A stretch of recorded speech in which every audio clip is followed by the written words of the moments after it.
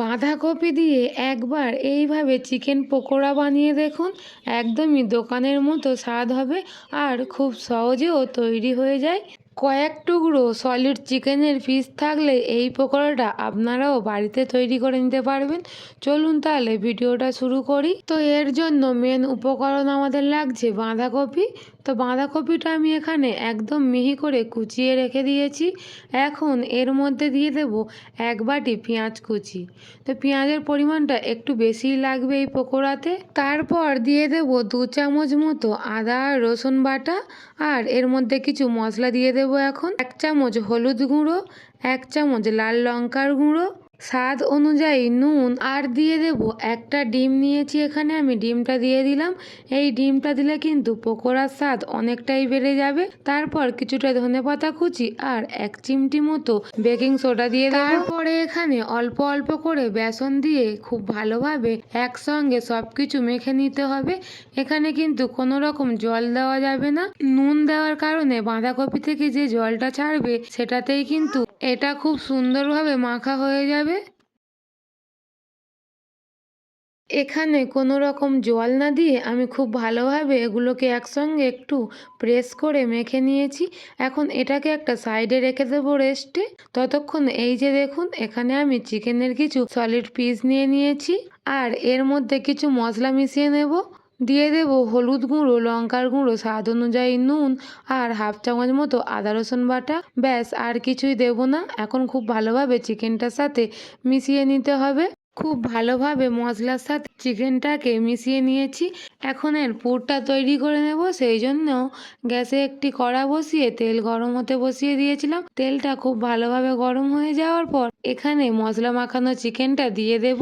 এখন গ্যাসটাকে লো ফ্লেমে রেখে খুব ভালোভাবে চিকেনগুলোকে ভেজে নেব, যাতে করে চিকেনগুলো একটু সিদ্ধ হয়ে যায়। আমি কিন্তু এখানে চিকেনের মধ্যে কোনো জল ব্যবহার করিনি। আপনারা চাইলে অল্প করে একটু জল দিয়েও চিকেনটা একটু সিদ্ধ করে নিতে পারেন।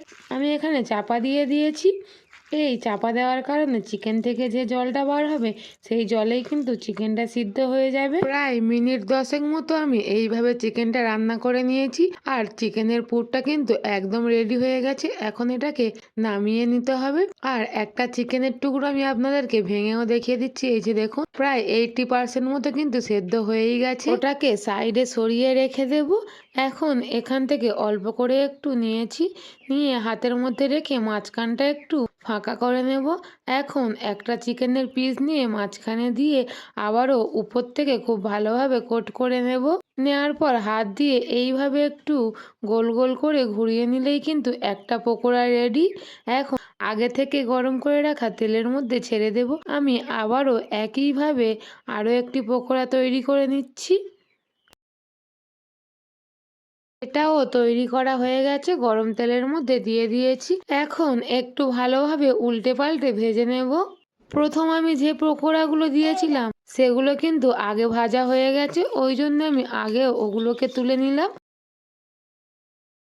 তারপর বাদবাকিগুলো একই রকমভাবে আমি ভেজে নেব আর গ্যাসের ফ্লেমটা মিডিয়ামে রেখে দেব। আমি এখানে কিন্তু সবগুলো পকোড়াই ভেজে তুলে নিয়ে অল্প একটু ঠান্ডা করে নিয়েছি। এখন এগুলোকে আমি আবারও ভাজবো। সেই জন্য কড়ার তেল খুব ভালোভাবে গরম করে আবারও আমি এই পকোড়াগুলোকে দিয়ে দেব। দিয়ে মিডিয়াম ফ্লেমে খুব ভালোভাবে উল্টে পাল্টে ভেজে নেব। এভাবে ডবল ফ্রাই করে পকোড়াগুলো ভাজলে পকোড়াগুলো কিন্তু অনেকটাই ক্রিস্পি হবে আর ভিতরগুলোও খুব সুন্দরভাবে ভাজা হবে। আবারও পকোড়াগুলোকে উল্টে পাল্টে এইরকমই লাল লালভাবে ভেজে নিয়েছি। কতটা সুন্দর কালার এসছে দেখুন। এখন আমি এগুলোকে তুলে নেব আর একইভাবে সবগুলো পকোড়া আমি ভেজে নিয়েছি। তাহলে দেখলেনই তো কত সহজে একদমই রাস্তার ধারের দোকানের মতন চিকেন পকোড়া বাড়িতেই তৈরি হয়ে গেল। একটু সসের সঙ্গে কিন্তু এই পকোড়াটা খেতে জাস্ট দুর্দান্ত লাগে। ভিডিওটি ভালো লাগলে চ্যানেলটি সাবস্ক্রাইব করে পাশে থাকার অনুরোধ।